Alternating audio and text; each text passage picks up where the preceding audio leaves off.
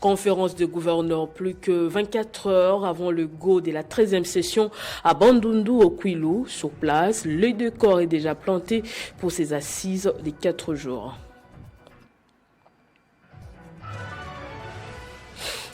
En Ituri, une grande partie des munitions ont été récupérées par l'armée loyaliste. Il s'agit de plus de 145 armes de marque AK-47. Et puis sur le continent, en direction le Kenya, au moins 81 personnes sont mortes depuis le 8 mars, victimes des intempéries. Des pluies torrentielles sont à nouveau tombées ce week-end. Nairobi demeure la région la plus touchée avec 37 victimes. Nouveau journal sur Télé 50, bienvenue à tous. Kwilu, c'est là qu'on commence. La 13e conférence du gouverneur se tient à Bandundu, chef-lieu de cette province, du 24 au 28 mars 2026. Le décor est déjà planté pour ce rendez-vous national. Des gouverneurs et quelques délégations sont arrivés à Bandundu dans l'attente de cet événement crucial. Avec des infrastructures aménagées et modernisées, la province s'est dit finalement prête à accueillir les participants. C'est dans ces chapiteaux que se tiendra du 24 au 28 mars 2026 la 13e conférence des gouverneurs sous le thème Transformation du secteur agricole, pastoral et halieutique, développement rural et connexion aux marchés urbains. L'objectif est de booster l'économie réelle via le développement rural et la modernisation des filières agro-pastorales. Le chef de l'État, les gouverneurs des 26 provinces de la RDC, leurs délégations et d'autres participants sont attendus à Bandundu. La province du Kwilu est fin prête avec des infrastructures aménagées et modernisées. Sur place, quelques délégations sont déjà arrivées, notamment des gouverneurs et acteurs politiques dans l'attente de cet événement crucial. Pour plusieurs observateurs, ce rendez-vous de la 13e conférence des gouverneurs est une opportunité en or pour la province du Kwilu de booster son développement.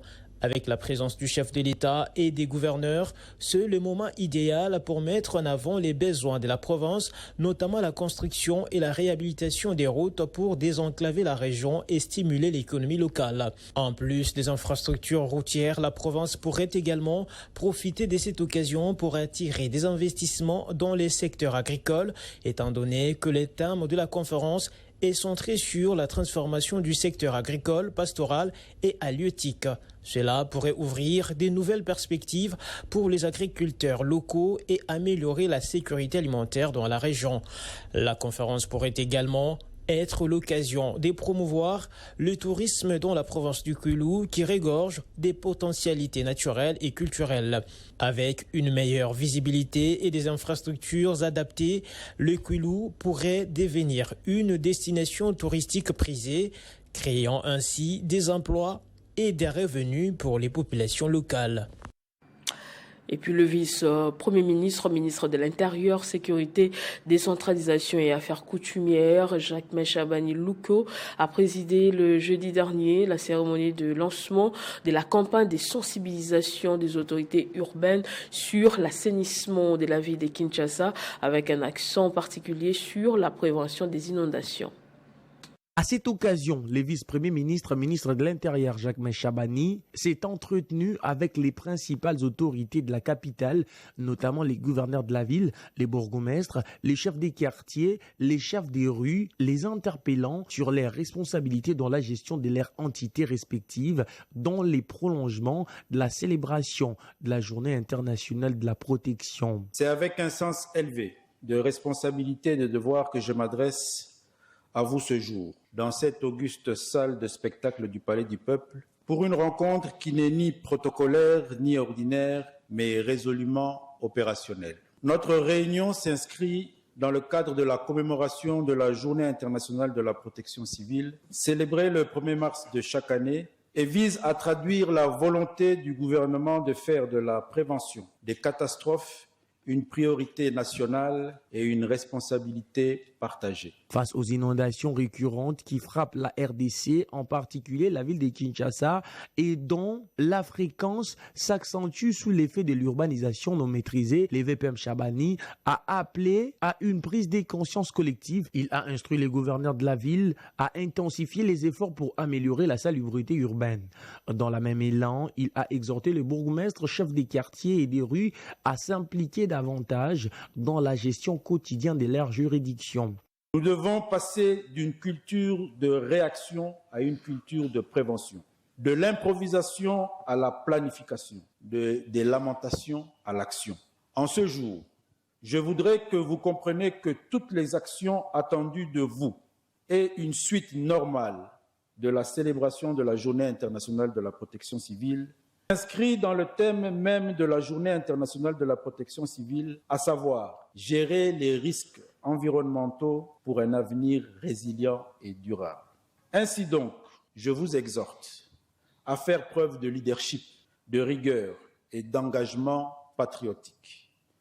L'histoire jugera notre capacité à protéger nos populations. D'un ton ferme, le ministre de l'Intérieur a averti que des sanctions seront appliquées à l'encontre des responsables défaillants tout en annonçant des mesures d'encouragement pour ceux qui feront preuve de bonne gouvernance. En Ituri, je le disais, les forces armées de la RDC viennent de déterrer une grande quantité de munitions et armes appartenant aux miliciens de l'ACRP. Au total, plus de 145 armes de type AK-47 ont été récupérées par l'armée loyaliste. Cette nouvelle découverte d'armes enterrées par les miliciens du mouvement de la CRP a nécessité l'intervention des engins lourds pour les soutirer des terres où elles étaient intentionnellement enfouies lors de leur débâcle face aux dernières offensives des forces armées de la République démocratique du Congo. Le porte-parole de l'armée à Ituri parle des armes de tout calibre appartenant à la boitillante milice CRP de Thomas Lubanga, un allié d'IM23 et aujourd'hui de ZADF-MTM. Après la découverte d'une cache de munitions et des armes, et cette fois-ci, nous venons de récupérer les armes. Plus de 145 armes de type AK-47, puis armes PKM, les armes collectives, les armes de mortier, les armes d'appui et 4 RPG-7. Au nom du commandant des opérations et gouvernant militaire de l'Ituri, le lieutenant-général Luboyanka Chamadjoni, le lieutenant Jules Ngongo Chikoudi salue la collaboration de la communauté iturienne. Au nom du gouverneur militaire, lieutenant-général Luboya, nous félicitons la communauté EMA. Nous félicitons le jeune EMA qui continue à dénoncer leur bourreau qui est Thomas Lubanga et ses alliés. Toutes ces armes que nous venons de récupérer, c'est la communauté qui a dénoncé et qui nous a indiqué les lieux où se cachent ces armes. À la milice CRP, aujourd'hui en perte de vitesse, l'armée invite ses combattants à se rendre pour petitement sauver leur vie. L'air assommé pour ces miliciens de comprendre une fois pour toutes qui déposent les armes et qui se rendent aux forces armées. Le contraire, nous allons continuer pas à pas, périmètre par périmètre, à neutraliser ces hommes. Au regard des découvertes en cascade, de caches d'armes, des blessés, des rendus et des neutralisés enregistrés, le mouvement CRP de Thomas Lubanga est en sa fin. Une nouvelle découverte effectuée après celle des munitions de guerre dans la même zone. Le 6 mars dernier. Bien, très bien.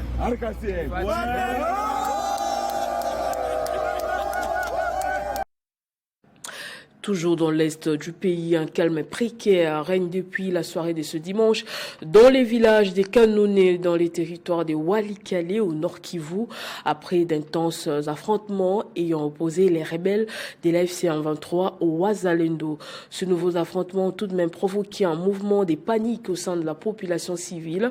De nombreux habitants des Kanouné ont quitté précipitamment leurs habitations pour se diriger vers Miriki, localité située dans les territoires voisins de Lubero. Et puis l'école doctorale de l'Institut supérieur pédagogique Bukavu vient de s'enrichir d'un nouveau docteur en didactique de l'informatique. Il s'agit de M. Akilimali Bamalembuko Pascal. Après la défense publique de sa thèse de doctorat le vendredi 20 mars 2026 à l'ISP au chef-lieu de la province du Sud-Kivu.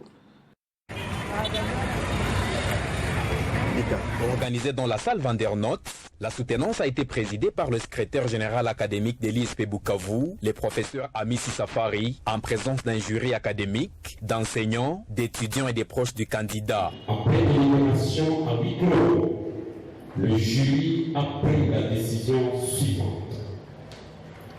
La thèse de doctorat de M. Akilimali Bamalembuko Pascal est reçue avec la mention grande distinction.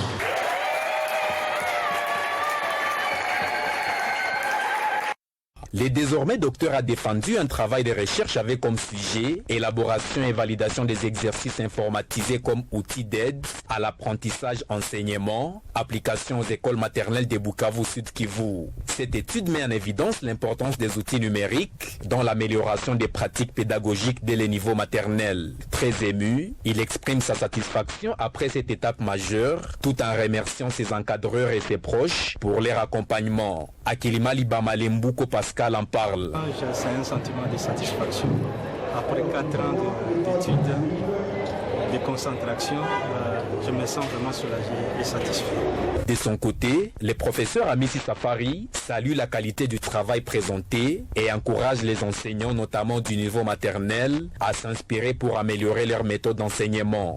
L'ISP de Bukavu a la mission nationale d'organiser l'école doctorale des didactiques des disciplines des instituts supérieurs pédagogiques de la République démocratique du Congo. C'est dans ce cadre-là que nous sommes aujourd'hui à notre 5e thèse. Les 4 premières thèses ont été défendues en décembre dernier. Maintenant, nous sommes à la 5e thèse. La spécificité de l'ECODISP, École doctorale de didactique des ISP, c'est que nous organisons. C'est une école doctorale thématique.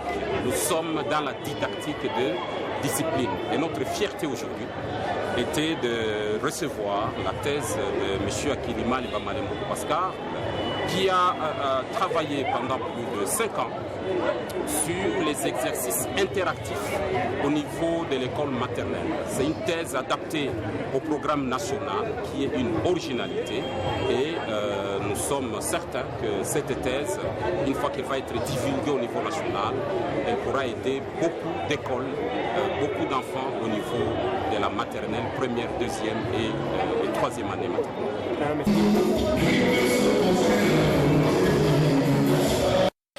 Sur le continent, au moins 81 personnes sont mortes depuis début mars, victimes des intempéries au Kenya où des pluies torrentielles sont à nouveau tombées ce week-end, mettant à l'épreuve les égouts et les routes. Selon un bilan donné ce dimanche soir par les forces de l'ordre, à ce jour, le nombre cumulé des décès s'élève malheureusement à 81. Nairobi demeure la région la plus touchée avec 37 victimes.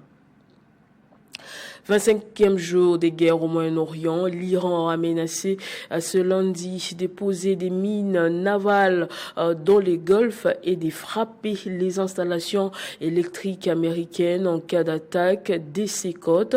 Il avait déjà averti ce dimanche qu'il pourrait frapper des infrastructures clés de la région et fermer entièrement le détroit d'Ormuz, répliquant immédiatement à l'ultimatum lancé par Donald Trump de rouvrir les détroits sous 48 heures.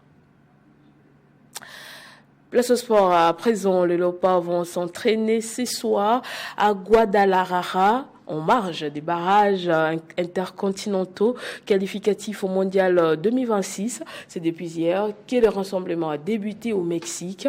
Et en Coupe de la Confédération de la CAF, Maniema Union a été battu par l'US Alger et s'arrête en quart de finale.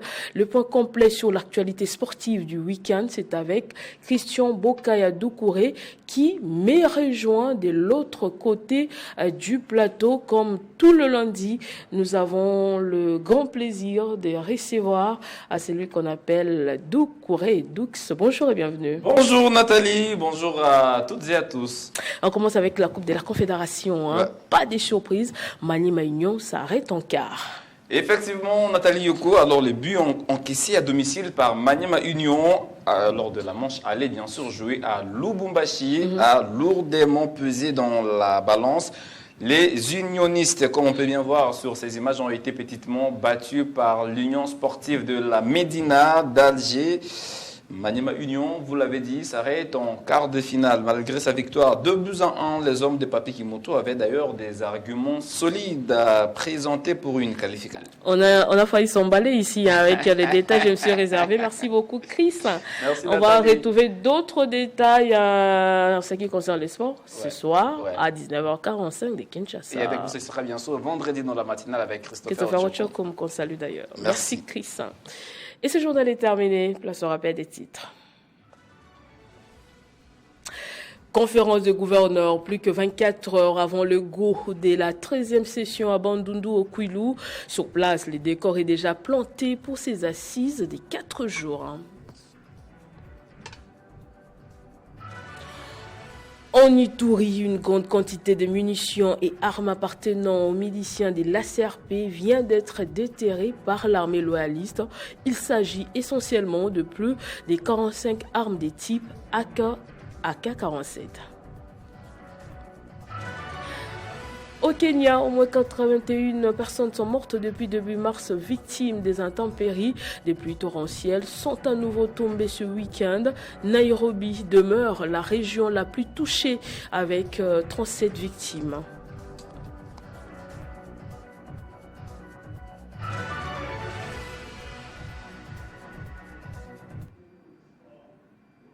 Restez avec nous tout de suite, c'est la revue de presse.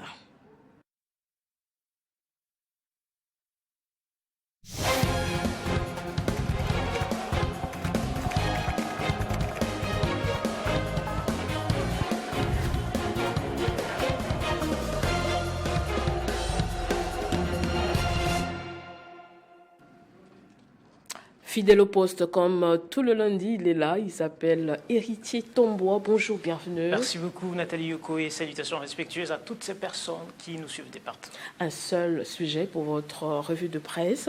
En République démocratique du Congo, les débats autour de la Constitution refont surface, mais qui visent Félix Antoine Tshisekedi.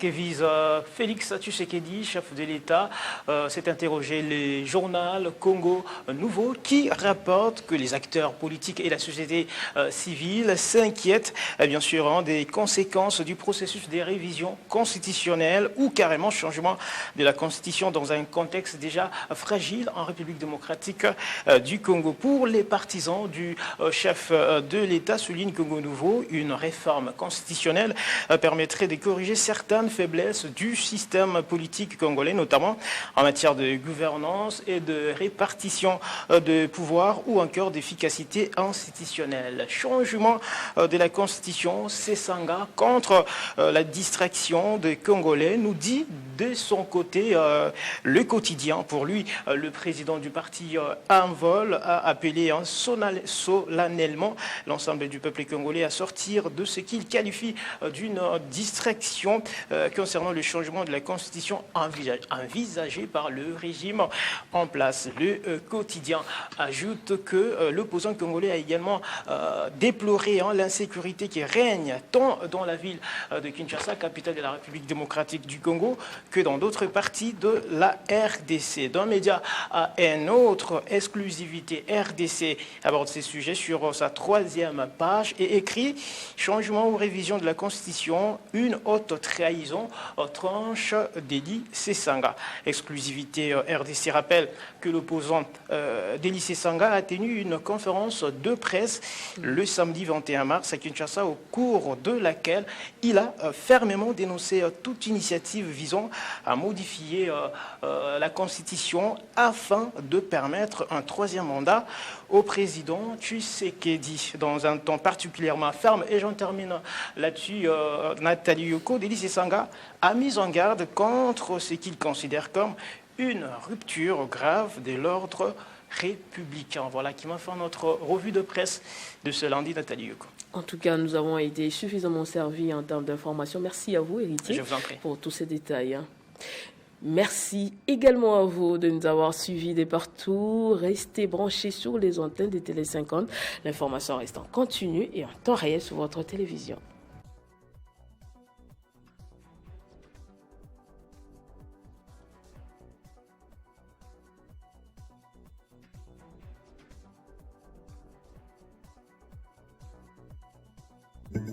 Retrouvez toute l'actualité en continu sur www.tele50.cd.